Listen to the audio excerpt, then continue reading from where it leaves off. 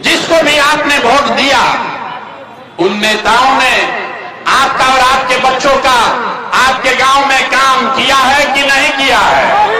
अखबार उठा के पहले ही कहले बानी, हाथ उठा के बोले के बाद हाँ कि ना। नेता लोग काम कैले बान जाए कि नहीं खान जा कैले? अरे जोर से बोलो यार, किया है कि नहीं किया? जोर से बोलिए, किया है कि नहीं किया है? निकल के लेना अब पलटिया तो बन पाए। सब लोग देख लो, सब लोग देख लिया, वीडियो में देखी, रिकॉर्ड हो गई। पूरा गांव समाज का आदमी जुटा है, सब लोग कहा है कि भैया आज तक तो जेकरा के वोट दे लीजा हमने के कोई काम ना कैल। अभी देखी अब जादू देखी। हम गिनवावे शुरू करत नहीं, सही बात बोला तो सबके हाथ उठा के जोर से हाँ बोले के बाद, गलत बोलत तो ना बोल दे जा। 2 मिनट में अपना आंख के सामने दिखी कि राउर लड़का के पढ़ाई रोजगार कैसे मिली। पूरा बिहार में, जगदीशपुर में, अगियाव में, बड़ारा में, आरा में, ऐजा आई बहुत सारे लोगों में से कई लोगों ने 5 किलो अनाज के लालच में मोदी जी को, भाजपा को वोट दिया। तब बिहार में चाहे जितना चोरी भ्रष्टाचार बा, 1 किलो चोरी करके 4 किलो अनाज ऐजा के आदमी के मिलता कि नहीं के मिलो? जोर से बोले के बाद, मिलता कि नहीं के मिलो? मिलता। आपने हमने वोट दिया हिंदू मुसलमान बनके। सब हिंदू लोग कहे कि भैया हमनी के दशा कुछ होके पहले अयोध्या में राम जी के मंदिर बने के चाहिए। तो भैया राउर गांव में नाली गली ना बनल, स्कूल अस्पताल ना भइल, रउआ इंदिरा आवास ना मिलल, लेकिन रउआ वोट से अयोध्या में राम जी के मंदिर बनल बा कि नहीं के बनल? अखबार उठा के बोलो, मंदिर बना है कि नहीं बना है?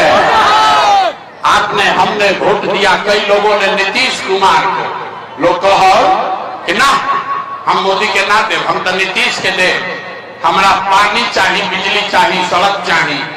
लालू जी के राज रहे, लालू जी के जंगल राज में बिहार में बिजली पानी सड़क ना रहे। तो नीतीश के राज में यही भ्रष्टाचार वाला बिहार में बिजली के बिल 1000 आए चाहे 2000, घरे घरे बिजली आयल बा कि नहीं के आए? बिजली आया है कि नहीं आया है? आपने हमने वोट दिया जाति के नाम पर। बिहार में आदमी कहेला कि जी ही चाहे मर जाए अपना जाते वाला के वोट दे। तो भैया राउर जात के जो नेता जीत के गईलन, वो रउआ लड़का के पढ़ाई रोजगार के बात ना कैलस, लेकिन जात के बाद और जात के गिनती जनगणना पूरा बिहार में करैले बान लोग कि नहीं के करैले? अरे जात के जनगणना भइल बा कि नहीं के भइल? महिला लोग के नहीं के भइल बा ना? आपने हमने वोट दिया सिलेंडर के नाम पर मोदी जी के। सब लोग कहल कि अब हमने के सिलेंडर पर खाना बनावल जाए, तो सिलेंडर के दाम 1000 हो कि 1200। घरे घरे सिलेंडर बटाई बा कि नहीं के बटाई? हाथ उठाकर बोली, सिलेंडर बटा है कि नहीं बटा है? आपने हमने वोट दिया मोदी का भाषण सुन के भाई मोदी जी गुजरात में बड़ा विकास कैले बाबा। तो भाई मोदी गुजरात में तो विकास करत, पूरा देश के पैसा ले जाके गुजरात के गांव गांव में फैक्ट्री लगावत और मोदी। अब पूरा बिहार से, आरा से, जगदीशपुर से हमने के लड़का राउर घर के सवाल गुजरात में जाके नौकरी मजदूरी लोग करता कि नहीं के करो? तो ये भाई कौना बात पर वोट देनी है जाकि नहीं के मिलो? रउआ अपना लड़कन के नाम पर कहनी है कि भैया आज तक जीवन में अपना लड़कन के पढ़ाई रोजगार खातिर वोट ना दे। तो ये बात तो बतावे आयल बानी, वोट ना मांगी। आप बोइएगा बबूल तो आम कहां से खाइएगा? वोट देनी 5 किलो अनाज खाती तो रोजगार कहां से भेटाई? रउआ वोट देनी अनाज खाती तो अनाज लोग के मिलता। रउआ वोट देनी मंदिर खाती, अयोध्या में मंदिर बन गए। आपने वोट दिया बिजली के लिए, घरे घर बिजली आ गई। आपने वोट दिया सिलेंडर के लिए, घरे घर सिलेंडर बटा है। आपने वोट दिया जात के लिए, घर घर जात का चर्चा चल रहा है। आपने वोट दिया गुजरात के विकास के लिए, गुजरात में फैक्ट्री लगा है, आपने अपने बच्चों के पढ़ाई रोजगार के लिए वोट नहीं दिया, इसीलिए पूरा बिहार का बच्चा अनपढ़ और मजदूर बन गया। यही बात बताने आए। वोट जकरा के मन में ओकरा के दी, मोदी के देने की, नीतीश के, लालू के देने की, कांग्रेस के, जौना बात खातिर रउआ वोट देले बानी वो रउआ के मिला था, लेकिन आपने अपने बच्चों के लिए वोट नहीं दिया, यही से बच्चन के ये दुर्दशा था। अब हमार बात पर भरोसा नहीं हो तो अभी रउआ के दिखावत आनी राहुल गरीबी के असली कारण, अब फिर एक से निकले के एगो मंत्र सिखाई। तब 5 मिनट जहां जे कुर्सी पर बा बैठल रहे, 5 मिनट में गरीबी से निकले के मंत्र सीख के घरे जाए। सब आदमी सोच के अब अंतिम सवाल के जवाब देवे के बाद और कुछ होके चाहे ना, रउआ सबके आप पर लइकन के चिंता बा कि नहीं थे? बड़ुए हाथ उठा के बोली तो भाई देखे अपना लइकन के चिंता बा कि नहीं थे? है जोर से बोली हाँ कि ना है?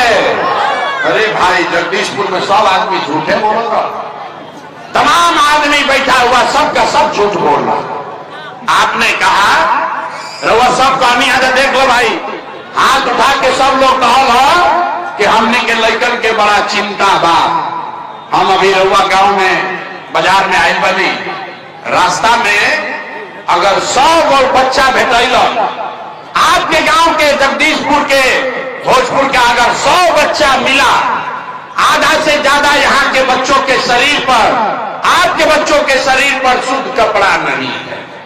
जितना छोटा बच्चा रास्ता में भेटाता रउआ देख ले जा भी, जितना लड़का आइल वाला सर, ज्यादातर लड़कन के पैर में हवाई चप्पल भी नहीं थे। लोग से पूछा था नहीं ये भाई अपना लड़का के का दशा कैले वाला, कपड़ा काहे नहीं को पहनाओ और चप्पल काहे नहीं को खरीदो।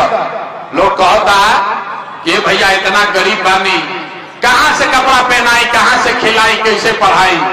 तो मेरे भाई जिन नेताओं ने आपके बच्चों का ये हाल कर दिया कि आपके बच्चे के शरीर पर कपड़ा नहीं, पैर में चप्पल नहीं, खाने के लिए भरपेट भोजन नहीं, आपका बच्चा बीमार पड़ता है तो उसके लिए दवा, डॉक्टर, अस्पताल नहीं, वही नेता अभी 4 महीना के बाद अहन वोट मांगे तो जितना आदमी हाथ उठैले रहे, आप में से हर आदमी जाति के नाम पर 500 रुपया के लालच में अगर आप पिछड़ा हिंदू मुसलमान 2 गो मुर्गा भात खा के, लालू के डर से मोदी, मोदी के डर से लालू के नारा लगा के वही नेता के जाके हाथ से बटन दबा के राजा बनाई, ऐजा कहता नहीं कि लइकन के बड़ा चिंता बा। अरे बा अपना लइकन के नाम पर झूठ बोलता नहीं जा, कैसे सुधार होई, कैसे सुधार होई रे भाई? लइकन के चिंता का होला? अगर सीखे के बाद तो एक बार लालू जी के देखी जा, लालू जी के अपना लड़का के चिंता बा। लालू जी के लड़का 9वां पास ना कैलन, लेकिन लालू जी के चिंता बा कि हमार लड़का बिहार के राजा बनो। हम ये बात कहता नहीं तो कुछ आदमी के बुझाता कि हम लालू जी के शिकायत करता नहीं। अरे भाई हम तो लालू जी के तारीफ करता नहीं। लालू जी इतना अच्छा बाप बारन, लड़का 9वां नहीं के पास कैले, लेकिन चाहता कि हमार लड़का बिहार के राजा बनी। और रउआ अपन दशा देखी, राउर बाल बच्चा मैट्रिक पास कर ले, आईए बीए कर लिया, उसको चपरासी का भी नौकरी नहीं मिला, लेकिन रउआ होकर कोनो चिंता नहीं थे। गांव में आदमी बैठा था तो बतियावत है भाई अब क्या लालू जीतिहन की मोदी जीतिहन, नीतीश जीतिहन की जनसुराज जीती, कोई नहीं खे बनावत कि हमने के लड़का कब सुधारी, असल लड़कन के जिंदगी कब सुधारी। तो कैसे सुधार होई? ये सुधार ना सके। बिहार में आदमी के सुधार है कि नहीं के? जितना आदमी रउआ सब आइल बानी जा, एजा कोई के सुधरे के नहीं के रे भाई। 5 बरिस आदमी एजा नरक के जिंदगी जियता। जहां जाई गांव में आदमी कहता है भैया नाली गली नहीं थे, ए भैया एजा पढ़ाई नहीं थे, बड़ा भ्रष्टाचार बा, घर नहीं थे, खाए के नहीं थे, रोजगार नहीं थे। और जैसा ही वोट आई तो आपन कष्ट भुला जाई, सबके दिखिए भाई कौन अपना जात के नेता खड़ा बा, चलो ओकरे के वोट दिया। तो कैसे सुधार हो रहुआ बताई। आदमी कहता कि भैया हमनी के पास विकल्प ना रहे, अब रहुआ आइल बानी जन सुराज बनल बा, हमनी के रहुआ आगे आगे चली, हमनी के सब आदमी राहुल मदद कल जाए, रहुआ सुधारी एकरा के। तो हम रहुआ के हाथ जोड़ता नहीं, एगो प्रशांत किशोर के बात छोड़ी, अगर 10 गो प्रशांत किशोर आ जाई हम तब वो सुधार होके वाला नहीं थे। जब तक लोग नहीं सुधरेंगे, जब तक रहुआ ना सुधरो, तब तक बिहार के कोई ना सुधार सके, ये बात बतावे के आई बात। अब रहुआ के वो हम रास्ता सिखाई, ओकरा के सीख ली आ जाई, ओकरा बाद जो बुझाए तो हम करब। लेकिन अगर वो रास्ता पर चलब तो रहुआ दिवाली और छठ के बाद राउर गरीबी परेशानी कम हुई। सब आदमी पहला बात सीखे के बाद अब की हाली जब वोट देवे जाए तो जो जिस नेता ने, जिन नेताओं ने बिहार को लूटा है, जिन नेताओं ने आपके बच्चों का ये हाल किया है, जिन नेताओं ने आपके पेट पर लात मारा, आपको गरीब अनपढ़ मजदूर बनाया, वो नेता आपके जात का है या धर्म का, गांव का हो या दल का, उसको वोट नहीं देना है। तो पहला रास्ता का बा, जब नेता लोग लुटले बढ़न जा ओकरा के वोट नहीं खे देवे के। जरा जरा बुझात होके हाथ उठाई अब बताई कि बात ठीक बा कि ना। अरे भाई, जिन नेताओं ने बिहार को लूटा है उसको वोट देना है कि नहीं देना है? जोर से बोले देवे के बाद कि नहीं खे देवे के? अरे वह जात के हो हम तो देव कि ना दे, हिंदू मुसलमान करी हम तो देव कि ना दे, 2000 रुपया दी तो देव कि ना दे, ना दे। जोर से बोली 2000 रुपया दी हम तो देव कि ना दे। बहुत बुर्बक जनता बा भाई, जाके 2000 रुपया कोई ला के दी ही तो पैसा लेवे के बाद, काहे लेवे के बाद रास्ता पहले बोलने वाली सीख लो। 2000 रुपया काहे लेवे के बाद रहुआ बताई। 5 बरिस राशन कार्ड बनावे में रहुआ से घूस ले ले जा कि नहीं खंजा ले ले? जोर से बोले के बाद घूस लागल बा कि नहीं के लागल?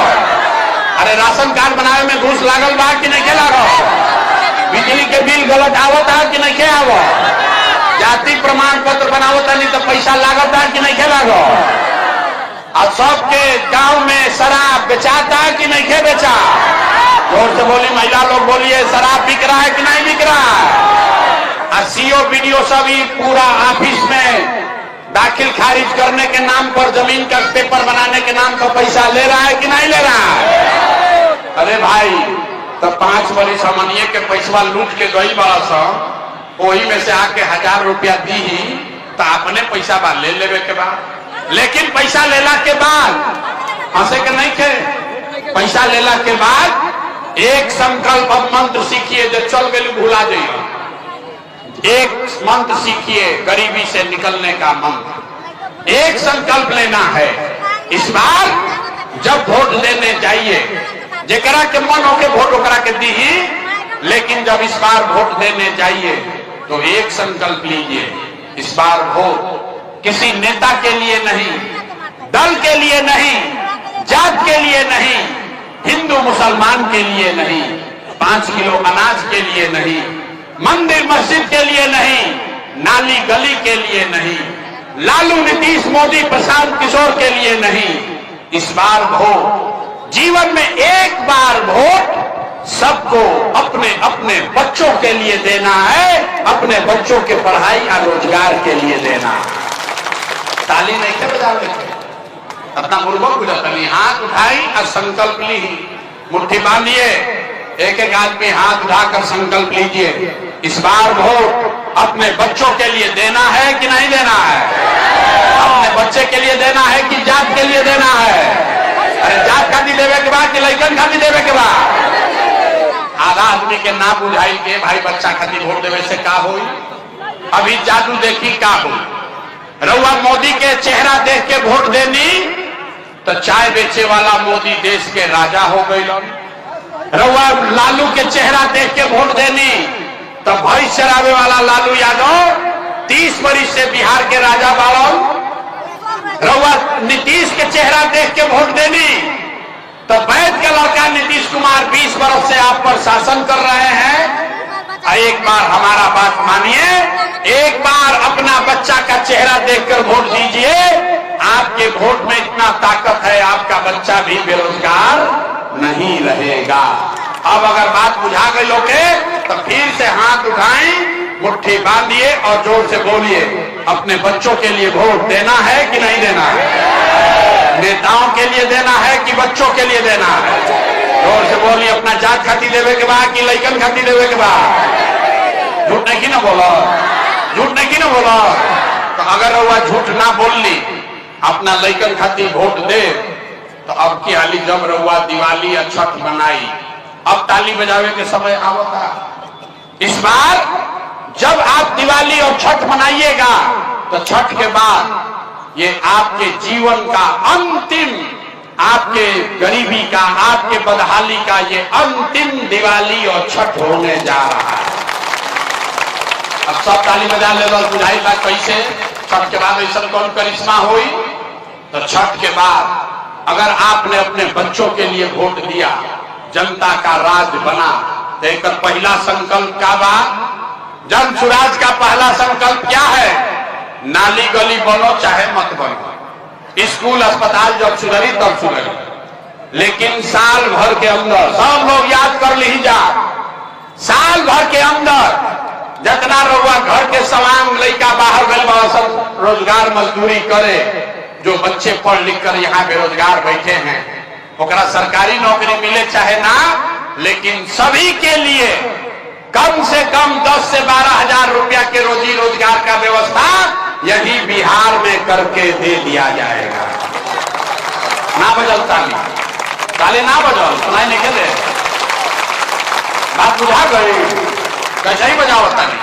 अगर बात बुझा गई तो घरे जाए के बाद और अपना पति के, अपना बेटा के, भाई के, भतीजा के फोन करके बतावे के बाद कि ये बचवा अब की हाली जब छठ में घरे आईब, ए बचवा अब की हाली दिवाली या छठ में जब घरे आईब, तो अब 10-12 हजार रुपया के रोजी रोजगार खातिर अपन गांव परिवार बिहार छोड़ के बाहर ना जाए के पड़ी। बात ठीक बा? ये होके के चाहिए। अगर ये होई तो गरीबी कम होई कि ना होई? जोर से बोलिए, अगर रोजगार 10-12 हजार के होई तो गरीबी कम होई कि ना होई? होई ना? तो दूसरा संकल्प सुन ली, जेकर जेकर उम्र बा 60 वर्ष से ज्यादा, रउआ घर में 60 वर्ष के जे बूढ़ पुरनिया रहता, ओकरा के नीतीश कुमार अभी देता 400 रुपया भीख पेंशन के नाम पर। तय भाई कि छठ के बाद, याद रखी, छठ के बाद कार्तिक महीना से दिसंबर से 60 वर्ष से ज्यादा उम्र के हर महिला पुरुष को 400 रुपया का भीख नहीं, 1100 रुपया का पेंशन नहीं, हर महीना 2000 रुपया के सम्मान राशि जरूर दिहल जाई, ताकि सब आदमी अपन जिंदगी ठीक से बिता सको। होके के चाहिए, अथवा उठाएं और बोले होके के चाहिए। तीसरा और अंतिम बात, बाल बच्चा के रोजगार हो जाई, रउआ 2000 रुपया मिले लगी, उससे जीवन ना सुधरी। जीवन तब सुधरी जब राउर बाल बच्चा पढ़ के अफसर बनी हो। तो ओकरा खातिर का हो करे के बाद कि जितना आदमी रुआ सवाई बानी जा, जेकर जेकर लड़का नाती पोता 15 वर्ष से कम उम्र के बाद, अभी गरीब के लड़का जाता पढ़े तो पढ़त नहीं के खिचड़ी खिलाई लो सब भेज दे लो। तय भाई कि जब आपकी हाली जनता के राज बनी, जन सुराज के राज बनी, तो छठ के बाद जिसका जिसका बच्चा 15 वर्ष से कम उम्र का है, उसको ये सुविधा होगी कि जब तक सरकारी विद्यालय ना सुधरी, तब आप अपना लड़का के प्राइवेट अंग्रेजी स्कूल में नाम लिखवा दी या भेजी, और प्राइवेट स्कूल में भेजे के खर्चा फीस सरकार के ओर से दिहल जाए, ताकि गरीब से गरीब का बच्चा भी अंग्रेजी स्कूल में पढ़ सको। अब अपना लड़का के अगर अंग्रेजी स्कूल में पढ़ावे चाहते नहीं तो जोर से ताली एक बार बजा दी। अब इतना बात पढ़ लेंगे तो परीक्षा दिए के पढ़ी, मुफ्त में कोई पढ़ाई ना होते। अब सब आदमी सोच के बताई जा कि अब की हाली सब बात सुन लेनी, अब की हाली वोट 5 किलो अनाज खाती देवे के बाद कि रोजगार खाती देवे के बाद? 5 किलो अनाज चाहिए कि रोजगार चाहिए? और से बोले 5 किलो अनाज चाहिए कि रोजगार चाहिए? अपना जात के नेता चाहेंगे, लड़कन के पढ़ाई चाहिए, पढ़ाई चाहिए कि जात चाहिए? जात चाहिए कि पढ़ाई चाहिए? लालू नीतीश मोदी के राज चाहिए कि जनता के राज चाहिए? ए भाई सब लोग देख रहा, लालू चाहिए लालू बोलो, मोदी चाहिए मोदी बोलो, झूठ बोलबा फिर फेरा में पड़ जाएगा। सोच के बोलिए, फिर मौका देता नहीं। लालू नीतीश मोदी के राज चाहिए कि जनता के राज चाहिए? लेकिन कहलिए ना बिहार का आदमी ना सुधरी हो, बहुत आदमी हथवा नीचे के लिए हम काहे बोले, हम सुधर हम ना सुधर। अभी 5 मरीज और कुटाई, हम कुटाई बा गाँव भर के कुटवाए, अभी मानव ना। फिर से अंतिम बात पूछा तो नहीं रे भाई, सोच के बतावा जा। लालू नीतीश मोदी के राज चाहिए कि जनता के राज चाहिए? जनता के राज चाहिए तो एक मंत्र का बा, अगला बार वोट किसी नेता के लिए नहीं, दल के लिए नहीं, लालू नीतीश मोदी प्रशांत किशोर के लिए नहीं, अगली बार वोट अपने अपने बच्चों के लिए देना है, अपना लड़कन के पढ़ाई या रोजगार खातिर देवे के बाद ना, झूठ नहीं ना बोले हैं। अभी जांच लेता नहीं। अब बताई कि नीतीश कुमार रहियन की जइयन? भाई साहब के बोले के बाद नीतीश कुमार रहियन की जइयन? भाई जोर से बोलो, महिला लोग बोलिए नीतीश कुमार रहियन की जइयन? लड़कन खातिर वोट देते नीतीश कुमार रहियन की जइयन? जोर से बोलिए रहियन की जइयन? जइयन तय हो गई।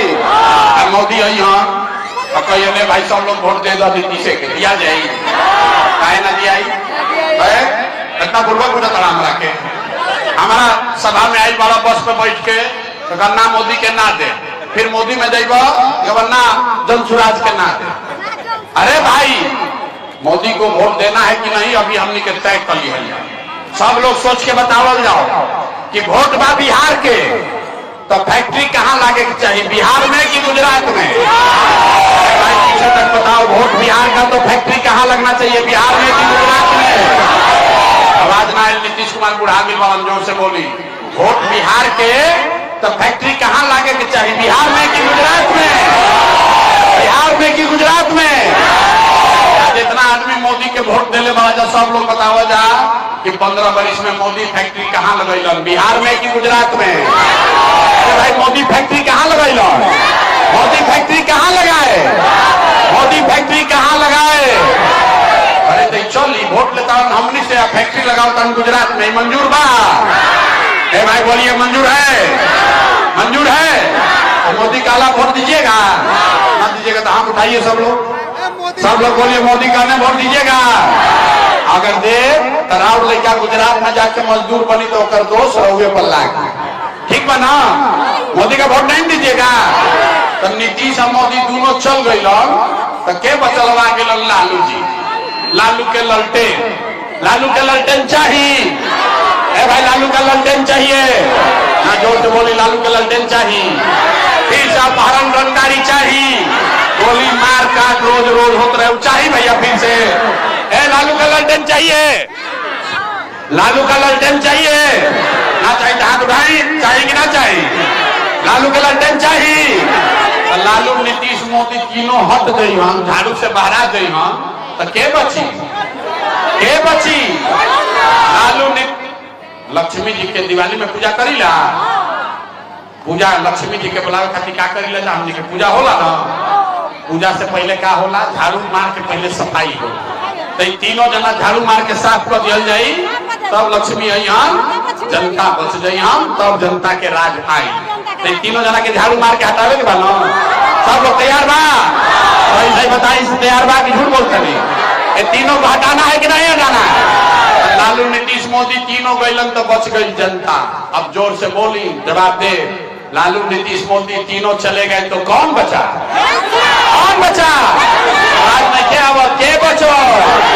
के बचो? तो भैया अब लालू नीतीश मोदी के राज ना चाहिए, हमने के बिहार में जनता के राज चाहिए, जन सुराज चाहिए, चाहिए ना? अब अपने हाथवा उठाई तो खाली आगे से बोलता हूँ, पीछे जाए लड़का बोरा उठाओ तो अपना इजा हाथों नहीं क्यों उठाओ? बताइए लालू नीतीश मोदी तीनों गए, अब जनता के राज चाहिए कि ना चाहिए? चाहिए। इतना देर हम बोल देनी, आदमी कहता ये भाई इतना बढ़िया बतियावत वोट मंगबे ना कैल, का चाहता? तो हम भैया कुछ नहीं की चाह, रवा एक अगर बात ठीक बुझाई लोगे तो एक बार हाथ उठा के आशीर्वाद दी। आप बताएं जोर से मुंह खोल के कि ये प्रयास बिहार में होके के चाहिए कि ना होके के चाहिए, जन स्वराज के प्रयास होके के चाहिए कि ना होके के चाहिए, बिहार में बदलाव होना चाहिए कि नहीं होना चाहिए, ये बदलाव होके के चाहिए कि ना होके के चाहिए, भ्रष्टाचारी वाला सब नेता के हटावे के चाहिए कि ना, जन स्वराज का राज आना चाहिए कि नहीं आना चाहिए, आवे के चाहिए ना। रउआ झूठ नहीं की बोला तो लिख के ले ली, 4 महीना के बाद राउर जीवन बदले वाला बा, बिहार में नई व्यवस्था आने वाली है। अब बजा ली ताली। छठ के अर्घ देवे के बाद फिर भुलाए के नहीं थे, अब क्या फिर भुलाई तो 5 बरिस और, अब की हाली गलती हुई तो 5 बरिस यही कष्ट में फिर जिए के पड़ी। 5 बरिस को जिए के तैयार बा भाई? अब की हाली बदलाव चाहिए कि 5 बरिस के बाद चाहिए? अभी चाहिए कि 5 बरिस के बाद चाहिए? अब की हाली ना, अब की हाली मार के लोग के साथ पहन जाओ। एक बार अब जोर से बोल के घरे जाए, जय बिहार, जय बिहार। आवाज ना आ गया, जय बिहार, जय बिहार। मिनट में लोग रास्ता समझ में आई कि बिहार में गरीबी के, बदहाली के, राउर परेशानी के कारण का बा, एक से निकले के रास्ता उपाय का। तो सब आदमी एक बार जरा सोच कर बताइए, आपके गांव पंचायत में और कुछ होके चाहे ना, आप सभी के लिए बढ़िया पढ़ाई रोजगार का व्यवस्था